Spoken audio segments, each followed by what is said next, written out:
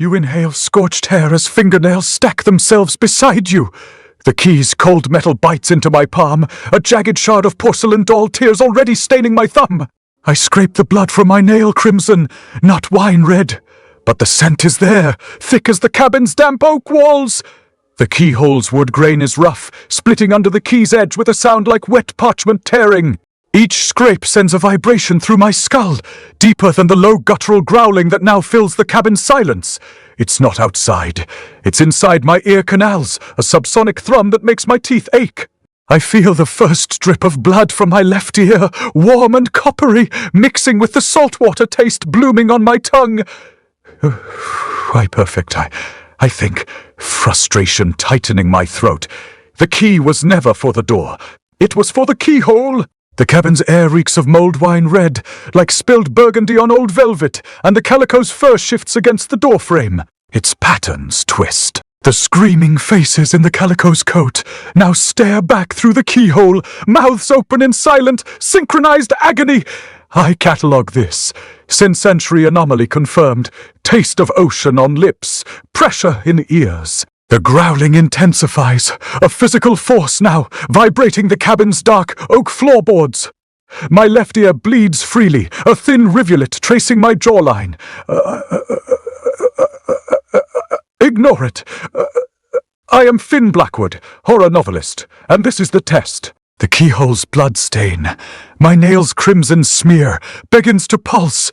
Not a slow throb, a sharp rhythmic contraction, like a heart trying to beat itself out of the wood.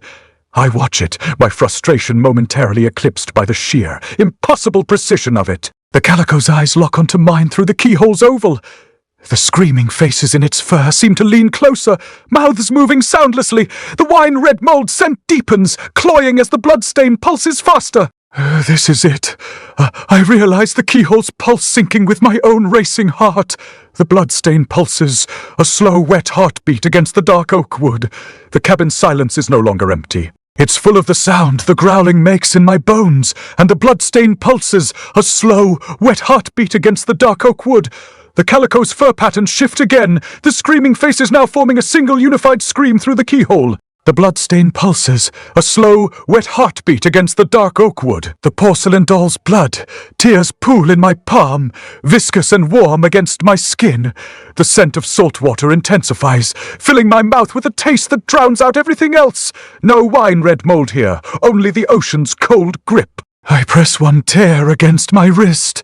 It beads up before seeping into my skin like a slow crimson bruise. The growling erupts again, shattering my jawline and clamping shut with enough force to rattle my teeth. Pain shoots through me sharp as a needle driven into bone. But this is the test, isn't it? I catalogue the sensation, ignoring the urge to recoil. The do-sound induced physical trauma. The doll's head rotates 90 degrees in my trembling fingers. Its eyes follow suit, locking onto mine with an unsettling precision. A new tear forms on its cheek, growing fat and heavy like a bead of sweat before finally breaking free. I watch it fall, the droplet tracing a slow arc through the cabin's dim light. It lands on the parchment paper I've laid out in my notebook, staining it crimson. The sound is barely audible, a soft plink, but each drop resonates within me like a tolling bell. Sound of blood hitting paper. I catalogue this too, rhythmic variation based on droplet size and velocity. My fingers tremble harder now, the doll's head wobbling in my grasp. This isn't just about recording anymore. It is about control. The cat, the calico with screaming faces etched into its fur, pokes its head around the doorframe again. Its eyes meet mine through the keyhole oval, unblinking and knowing. It whispers my name softly like a breath of wind through dead leaves. Finn. I ignore it too. I won't be distracted by something so mundane when there is this much at stake. This is about proving myself, not indulging in petty fear.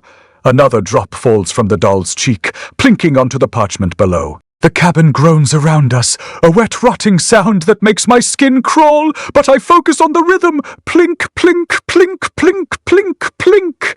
The cat whispers again, louder this time. Finn, I snap back to reality with a start, realizing what is happening. The blood tears aren't dripping anymore. They're falling in syncopation. Plink, plink, plink. That matches the cadence of my heart pounding against my ribs. And then it turns towards me. Those glassy doll eyes swivel around until they're staring directly at mine. And I fucking twang know, that whatever happens next is beyond cataloguing. This isn't just a test anymore. This is something else entirely. I hauled the calico across the warped oak planks, the wood groaning under my weight and the cat's reluctant shuffle. It wasn't a carry, not exactly. More of a determined drag, its paws scraping against the floor, leaving faint trails of dark fur. The air tasted like static, a metallic tongue coating my tongue, and the pressure in my ears intensified with each movement, footy, a deep, internal throb that resonated in my skull. The doll, still clutched in my left hand, felt heavier now, the porcelain cool against my palm, a disturbing contrast to the warmth of the blood tears. The hearth was cold, the stones retaining a damp chill from weeks of disuse. I positioned the cat, its body limp with resistance, and knelt, bracing myself. This wasn't about cruelty. It was about data. About isolating the variable. About proving that the mold, that creeping, wine-red corruption responded to deliberate provocation. My hand tightened around the cat's tail. Not a yank, not a pull, but a firm, controlled snap. The sound was immediate, brittle, a sharp crack that echoed in the small cabin, followed by a low, guttural whine from the cat, a sound that seemed to burrow into my bones. The pressure in my ears spiked, a searing ache behind my eyes. I ignored it, catalogued it. Hoofy bone fracture, feline. Auditory distortion self-inflicted. The calico's back arched, its fur bristling, the screaming faces etched into its coat, contorting into grotesque masks of pain. Then, the bloom. It started at the fracture point, a subtle darkening of the fur, a deepening of the calico's markings. But it wasn't just darkening, it was some despreading. A network of crimson tendrils snaking across the white patches, consuming the black, the orange, the very pattern of the cat's fur. The mold wasn't merely growing Fanon the fur, it was becoming the fur, replacing it, altering it. The smell intensified, a sickly sweetness that clung to the back of my throat. It wasn't the scent of decay, not precisely. It was something else, something ancient, something that tasted of the sea. The cat's eyes, usually bright and alert, were losing focus, glazing over with a film of the same wine-red substance. The patterns on its fur, those screaming faces, were shifting, the mouths pursing, the eyes narrowing. The expressions weren't changing, they were schwer-fining, becoming less frantic, more calculated. Frustration coiled in my gut, a tight, acidic knot. This wasn't proceeding as expected. The mold wasn't simply consuming, it was Federa-shaping. It was taking something chaotic and turning it into something ordered, something purposeful. I pressed my fingers into the spreading bloom, the texture sickeningly soft, like wet velvet. The mold felt warm, almost alive. I tried to focus to regain control of the experiment, to remember the parameters. The key was the name. The cat had whispered my name, and it... A soft, sibilant murmur. The mold, I theorized, was somehow intercepting, distorting, consuming the sound of that name. I needed to observe, to record. The cat's breathing grew shallow, ragged, its body trembled, but it no longer struggled. It simply lay there, a canvas for the spreading crimson, its face a mask of unsettling serenity. The screaming mouths were now tight, thin lines, the eyes glazed and red, locked onto mine, and then a sound, a whisper. But not from the cat, from the mold. It was my name, Finn. Not a shout, not a call, a whisper, a wet, rasping murmur that seemed to emanate from the mold itself.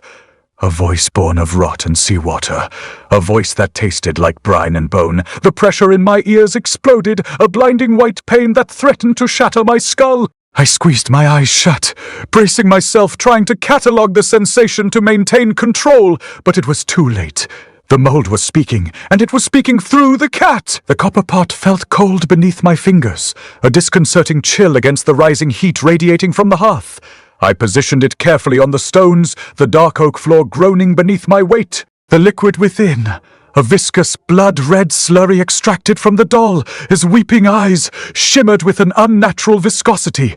I hadn't he intended to boil it, hadn't he intended to foin to anything beyond observation. But the mold...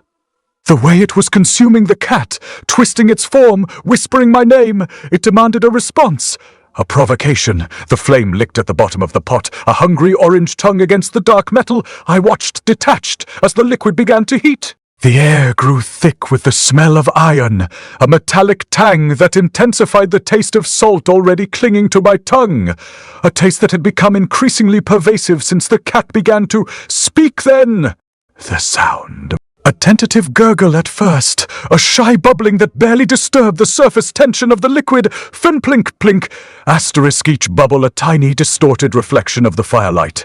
It escalated quickly. Fin plink plink plink plink plink. Asterisk a rhythm, insistent and unsettling, echoing in the small cabin. The pressure in my ears began to build, a dull throb that resonated with the bubbling. It wasn't T-pain, not yet. It was a prelude, a warning. The cat lay motionless, a crimson tapestry woven into its fur.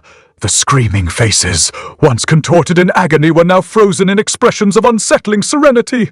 Its eyes, glazed and red, remained fixed on me, absorbing for understanding. I ignored the rising dread, the tightening coil in my gut. This was data. This was control. The bubbling intensified. Flink, plink, plink, plink. Asterisk, a frantic pulse in the oppressive silence. The copper pot vibrated against the stones, a low hum that resonated in my bones. I focused on the sound, cataloguing it. Boiling liquid organic auditory frequency, 380 hertz. Pressure build up, escalating. Asterisk, the surface of the liquid began to fracture. Fine. Hairline cracks spider-webbed across the blood. Red surface, distorting the reflections of the fire. The Fordian plinking grew more erratic, a chaotic staccato that hammered against my skull. The pressure spiked, a searing white flash behind my eyes.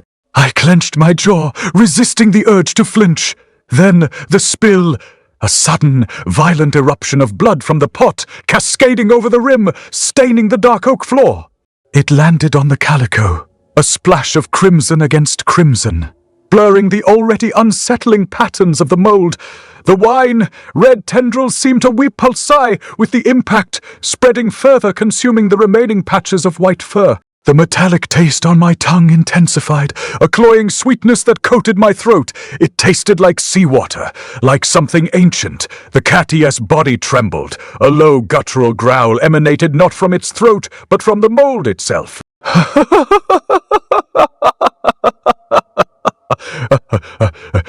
Viction that seemed to tear at the very fabric of the cabin. It wasn't a growl of pain, but of satisfaction. The pressure in my ears reached a crescendo, a blinding white pain that threatened to shatter my skull. I braced myself, cataloguing the sensation, fighting to maintain control. The pot suffimed, a high-pitched, keening wail that pierced the silence, a sound that seemed to emanate from the metal itself. It wasn't a physical scream, but something more resonant, more profound. The vibrations ripped through the cabin, shaking the walls, rattling the windows. The dark oak floor buckled beneath my feet. The pressure in my ears exploded, a blinding white flash that consumed my vision. I stumbled back, disoriented, the taste of salt and brine overwhelming my senses. The mold, still clinging to the cat, pulsed with a malevolent light. The screaming faces on its fur twisted into a single unified expression, a mocking smile. The oak table groaned beneath my touch, a low rumble that echoed through the cabin like distant thunder. The wine-red stain had spread since last I'd seen it, creeping across the grain like blood seeping into cloth. I traced its path with my fingers, feeling each ridge and furrow, cataloguing every inch of this silent invasion. The cat's name bubbled up in my mind, a whisper on the edge of memory. Kiska! It was absurd, really, to carve it here. A small act of defiance against something that seemed intent on consuming us both. Yet, there was no denying the compulsion. My hand moved with a will of its own, the knife biting into the wood, flinging curls of dark oak onto the floor. Each letter was an effort, each cut resonating through my arm like a blow to bone. The growling started then, low and insistent from somewhere beneath us. It vibrated in my teeth, setting them loose in their sockets. I ignored it, focusing instead on the task at hand, on the name taking shape under my blade. The cat watched me, its eyes reflecting the firelight like twin embers. They seemed to grow larger as each letter was carved, consuming more of its face until there was nothing left but those burning orbs and the screaming mouths etched into its fur. I could feel their cries now, a chorus rising in sync with my heartbeat. The table groaned again, louder this time, as if protesting what I was doing to it. The wood cracked under the pressure of the mold, splitting along the lines of my carving like dry earth after rain. It pulsed, too, with that same malevolent rhythm, growing darker and more aggressive by the second. I stepped back, wiping sweat from my brow despite the chill in the air. My reflection stared back at me from Kiska's eyes, distorted but recognizable. There was a hunger there I hadn't seen before, an intensity that set my heart racing. It wasn't just her looking out anymore. It was something else, something ancient and terrifying. I reached for my glass of vodka to steady myself, but the liquid inside had turned to blood-red tears matching those dried on Kiska's face. The taste of salt and seawater filled my mouth again, stronger this time. Choking me, I spat it out onto the floorboards, watching as they darkened like stained glass under the moonlight. The cat smiled then, with twimmy face, its lips peeled back from teeth that were suddenly too large, too sharp, revealing a maw that seemed to stretch on forever. The growling rose in intensity, shaking the cabin around me until it felt like we were adrift at sea during a storm. I braced myself against the table as everything trembled and cracked under the strain, and then silence, a sudden stillness that pressed down upon us with all the weight of an avalanche waiting to happen. The pressure built in my ears again, threatening to burst them open like overripe fruit. But there was no pain this time, only a terrifying anticipation. Something had changed here tonight, something fundamental and irrevocable. I stood there for what felt like hours, staring into Kiska's face as it stared back at me through mine own eyes. Waiting. For what exactly? I couldn't say. All I knew was that whatever came next would be beyond anything I'd ever experienced before. And still, despite the fear coiling tightly around my spine, there was a part of me that welcomed it, because wasn't this why I had come here in the first place? To face something ancient and terrible enough to silence even death itself? To prove myself worthy of being chosen by such power? I took another step towards Kiska, ready for whatever came next. Ready for my name to appear on her lips alongside hers, carved into bone rather than wood this time. But as I reached out to touch the cat's face once more, it began to laugh. A low guttural sound that filled the cabin with a horror far worse than any scream could convey. And in that moment, I knew, whatever game we were playing here, there would be no winners, only losers by turns. Words failed me then, as they often do when faced with true terror. All thoughts of control and data gathering fled my mind like rats abandoning a sinking ship. There was nothing left but instinct, raw animal fear that threatened to consume every rational thought I had ever possessed. And still the laughter echoed on around us, growing louder, more insistent until it felt like it might never end at all. The porcelain felt brittle, under my palm, cold as river stone. I held the doll's severed head over the iron brazier, the flames licking at its painted features. It wasn't heat I felt, but a draining as if the fire itself was being pulled inward toward the ceramic. A faint, high whine started, barely audible above the crackle of the wood, a frequency that settled deep in my sinuses. I tilted the head, and the first flakes of glaze began to blister, curling away like burnt parchment. The smell wasn't of burning porcelain, but of something older, something metallic. I watched the paint run, the delicate blush of its cheeks dissolving into black rivulets. The growling from below, that constant, subterranean rumble intensified with each passing second, pressing against my eardrums. Not a sound, precisely, but a vibration, a sickening resonance that threatened to shatter the cabin's timbers. It wasn't simply photo-heard, it was soon felt, in the marrow of my bones, a pressure building behind my eyes. The head blackened, then crumbled. I used the tongues to collect the ash, a fine, grey powder that swirled in the air like disturbed snow. The vial, a small glass cylinder I'd salvaged from the wreckage of the shed, felt strangely warm to the touch. I poured the ash in, watching as it settled, forming a swirling vortex within the glass. The wine climbed, becoming a keening, a high-pitched lament that seemed to burrow into my skull. My teeth ached. My ears popped with the force of it. I braced myself, pressing my palms against my temples, trying to block out the sound. It was useless. It wasn't the volume, but the full shape of the noise, a dissonant chord that seemed to unravel the very structure of my perception. The ash settled, coalescing. It wasn't a uniform grey, but a shifting, swirling mass of shadow. And then it began to form, not a face, not exactly. More like the suggestion of a face, a grotesque parody of features emerging from the grey. There were no eyes, no mouth, no nose, simply just the impression of them, etched into the ash with impossible precision, a hollow, concave emptiness where a face should be. The taste returned. Salt. Not the clean tang of sea air, but a thick, viscous brine coating my tongue, the back of my throat. It tasted of decay, of something long submerged and forgotten. I spat, but the taste lingered, clinging to the roof of my mouth like a shroud. I could feel the grit of the ash between my teeth. Even though I hadn't touched the vial to my lips, I catalogued the sensation, the way the pressure in my ears intensified with each subtle shift in the ash's form.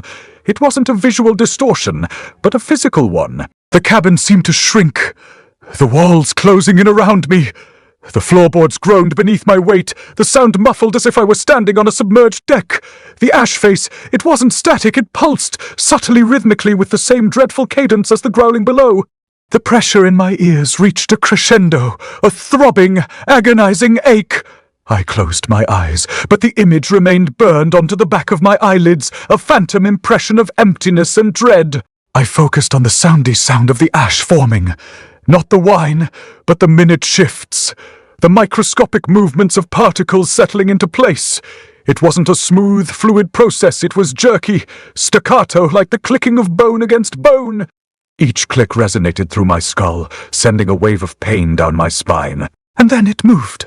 Not the face itself, but the ash within the vial. It began to creep, slowly, inexorably, toward the neck of the glass. A dark tide flowing upward, defying gravity.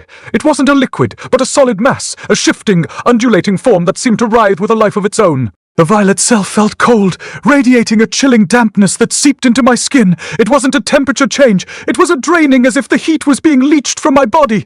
The ash continued to climb, a black tendril reaching, stretching, its form becoming more defined, more intentional. It was moving too quickly, too purposefully. It wasn't simply flowing, it was sooty seeking. Something beyond the confines of the glass. It was reaching for the opening, for the world outside. The wood of the table felt shockingly solid under my palm, a dark oak rectangle stained with something old, something that had seeped in over decades. Not wine, not entirely. A deeper hue, a bruised plum that resisted cleaning. I positioned the cat's head, its calico fur matted and damp against the grain. The patterns on its coat, those grotesque, accidental faces, seemed to writhe in my peripheral vision. It wasn't a trick of the light. It was a shifting, a rearrangement of the markings, as if the fur itself were trying to form coherent expressions of distress. The hammer salvaged from the shed alongside the vial felt heavy, balanced. The metal was cold, not from the air but from something within the steel itself. Each time I lifted it, a low thrum resonated in my bones, a sympathetic vibration to the growling that had become a constant companion. It wasn't coming through from below anymore. It was everywhere, inside the cabin, inside my skull. A pressure building not against my eardrums but against the structure of my ribs, a slow grinding ache. I swung. The impact wasn't what I expected. Not a dull thud, but a sickening crunch, a splintering of something far more resilient than bone. The wood didn't give way easily. It absorbed the force, but the cat's skull, it yielded. The sound wasn't a single instance, but a cascade, a series of cracks propagating outward, each one sharper, more brittle than the last. My arm trembled, not from effort, but from the reverberation. A new ache bloomed in my left rib, a cracking sensation as if the bone itself was protesting the blow. The growling intensified, morphing into a chorus, a discordant symphony of subterranean resonance.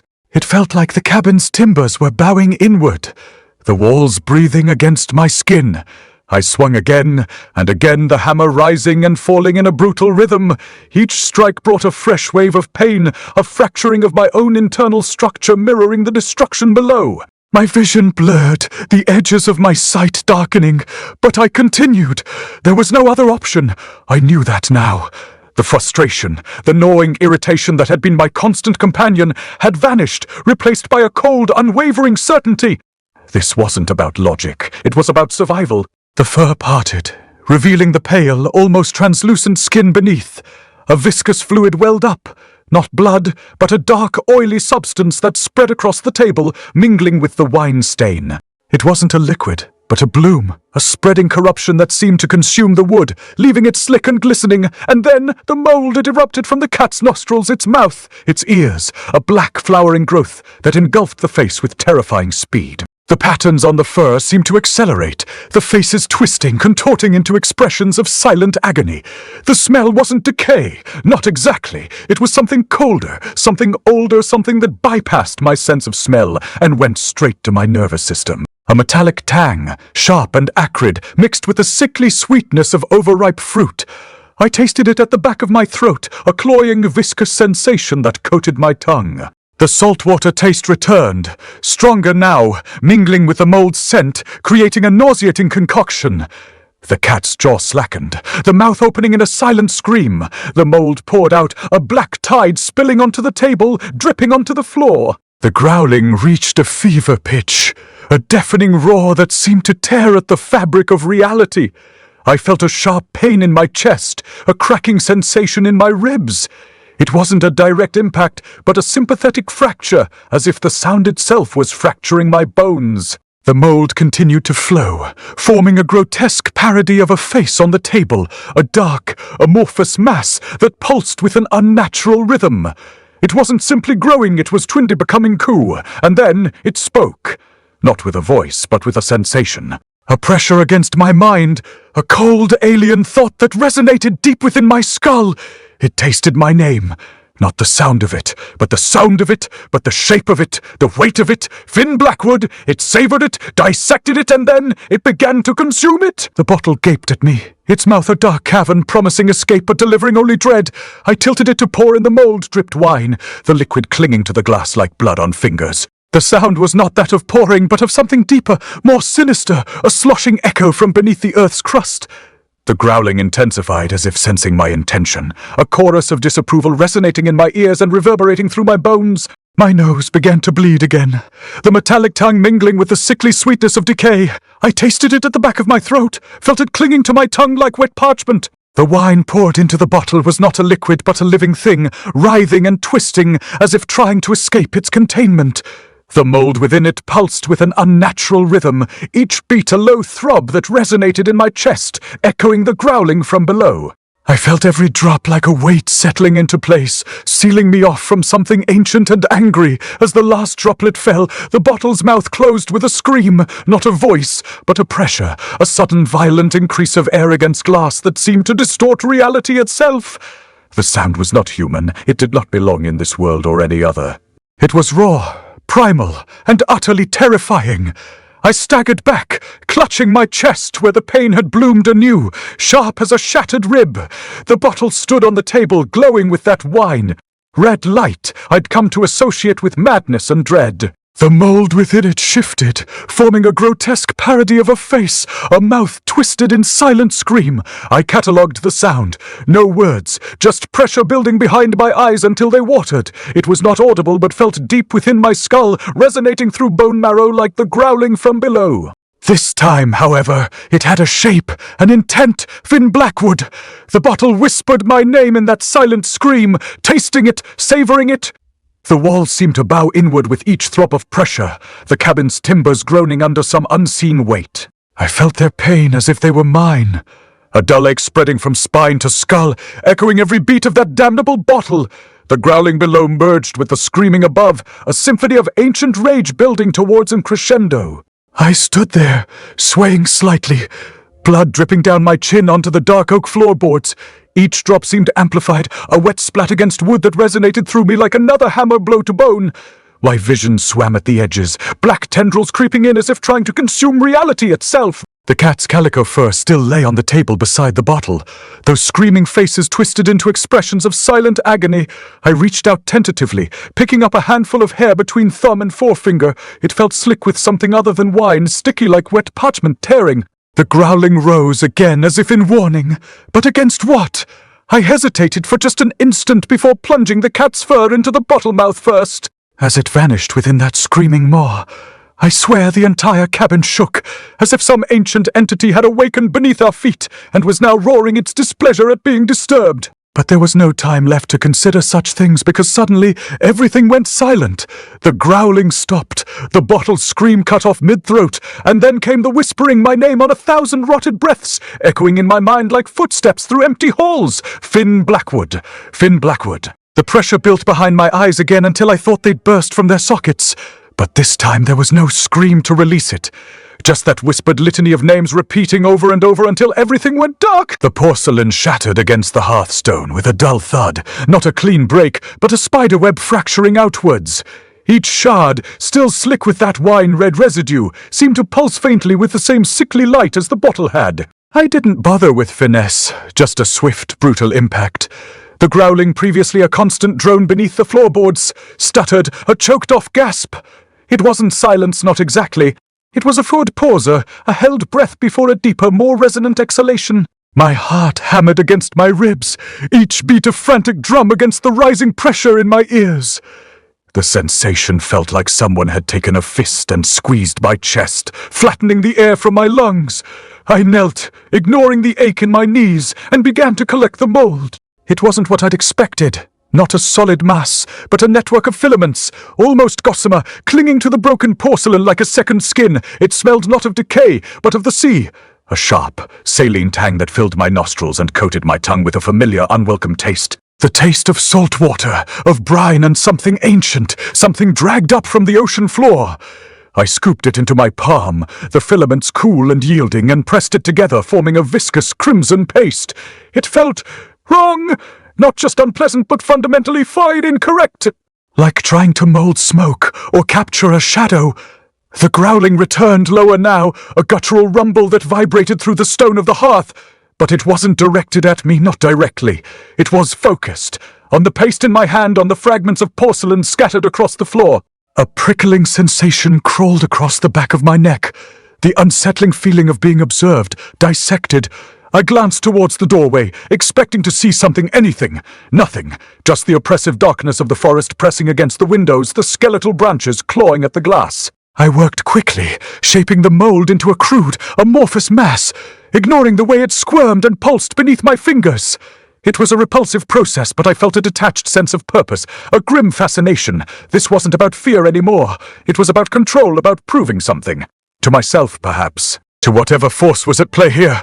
I was the novelist, the architect of nightmares. I could dissect this horror, understand it. Through P-Master, it as the last of the mold coalesced. I realized something. The cat! I hadn't seen her since the bottle shattered. A foolish oversight, considering her habit of shadowing my every move. A flicker of movement in the periphery, a flash of calico fur. She sat on the mantelpiece, perfectly still, her eyes fixed on me. Not with curiosity or fear, but with knowledge. A knowing, unsettling gaze that sent a fresh wave of brine flooding my mouth. She knew. She'd known all along that I would do this, that I would be the one to what? The realization struck me with the force of a physical blow. The cat wasn't a victim, she was a component, a necessary sacrifice. The hearth itself seemed to shift, the stones groaning under some internal pressure. Cracks, thin as hairline fractures, spread across the surface, radiating outwards from the center. A low grinding sound like stone against stone filled the cabin, a discordant rasp that set my teeth on edge. The pressure in my ears intensified, building until I felt like my skull would implode. I looked down at the mold, now a solid, pulsating form, and then I saw it. A face, forming within the dark mass, taking shape with sickening slowness, a face that was undeniably, horrifically my own. The same high cheekbones, the same narrow jaw, the same hollowed eyes. A distorted, grotesque parody of my features, molded from darkness and decay. The hearthstone cracked again, a jagged fissure splitting the stone in two. A warm metallic scent filled the air, mingling with the salt and the mold. The face on the hearth widened, a silent, mocking smile stretching the lips. It was a perfect imitation, but wrong. The eyes were too wide, too vacant. The skin too pale, too smooth. It was scored me, but stripped of life, a hollow shell, a vessel. The pressure reached its peak, and I tasted it, a deluge of salt water flooding my mouth, choking me. The hearth smiled, my face, smiling from the stone. The knife bit into the hearthstone with a dry crack. Not the clean snap of wood, but the gritty rasp of stone yielding to pressure. Each carve was a fresh sting, the cold metal of the blade pressing into my palm as the mold began its work. I didn't stop to think. Just carved the mitten, Sid, into the dark oak, the letters jagged and uneven. The wood around the carving darkened instantly, the grain turning brittle and black as if scorched from within. Then the mold reached for my hands. Not a burn, but a slow, deliberate dissolution, like fingers sinking into wet sand.